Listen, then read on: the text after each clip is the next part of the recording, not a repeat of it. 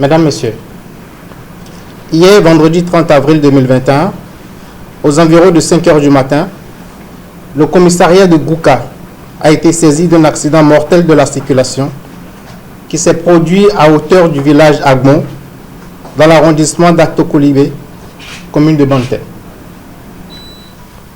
Les premières constatations ont permis de relever que l'accident s'est produit entre un minibus de marque Mazda, immatriculé BH0337RB, de couleur rouge, et un bus de marque Renault, appartenant à la compagnie coopérative Transport Voyageurs, en abrégé CTV, immatriculé BH1479RB, sur la route nationale inter-État numéro 3, tronçon Savalou-Banté.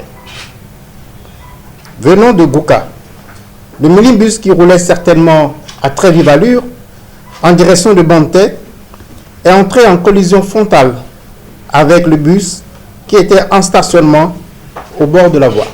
Des 4 occupants du minibus, 2 sont décédés sur le champ et un troisième, le conducteur, a succombé à ses blessures quelques instants plus tard à l'hôpital de zone de Savalou.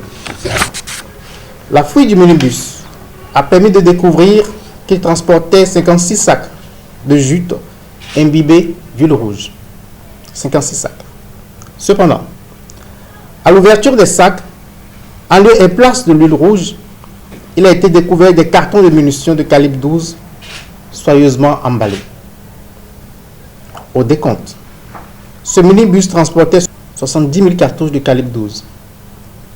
Tout porte à croire que le marquage des sacs à l'huile rouge est destiné à tromper la vigilance des forces de défense et de sécurité. Le seul rescapé de l'accident dit répondre au nom de Kankalala Aziz, de nationalité togolaise. Il réside à Aledjo, au Togo. De ses premières déclarations, il ressort qu'il a l'habitude d'aider le conducteur du minibus, également de nationalité togolaise, à décharger ses marchandises. Cette fois-ci, il aurait été sollicité la veille aux environs de 20 h à Aoro, village situé sur l'axe routier Bassila-Banté, pour aider à décharger la cargaison à Gouka et à Kwasi, dans la commune de Banté. Il précise qu'au moment où il prenait place à bord du véhicule, il s'y trouvait déjà 2 individus, plus le conducteur. Mis au courant de ces événements, j'ai fait ouvrir une enquête en vue d'établir l'origine précise de la cargaison, le lieu de son chargement, le ou les expéditeurs, le ou les destinataires, leur motivation réelle, ainsi que l'usage auquel la cargaison est destinée.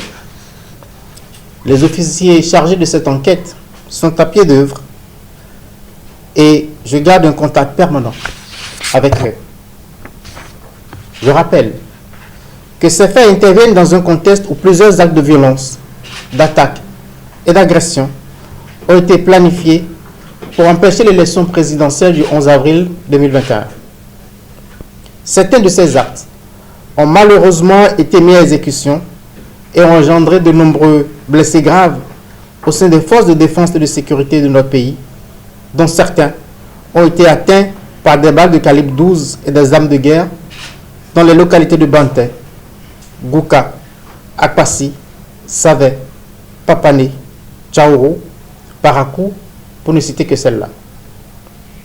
Il faut rappeler qu'au terme de l'article 161 de notre code pénal, que je cite, constitue un acte de terrorisme l'infraction prévue aux articles 162 et 163 ci-après, qui, de par sa nature ou son contexte, peut porter gravement atteinte à l'État et commise intentionnellement dans le but d'intimider gravement la population ou de contraindre indûment les pouvoirs publics à accomplir ce qu'ils ne sont pas tenus de faire ou à s'abstenir de faire ce qu'ils sont tenus de faire, pervertir les valeurs fondamentales de la société et déstabiliser les structures et ou institutions constitutionnelles, politiques, économiques, sociales de la nation.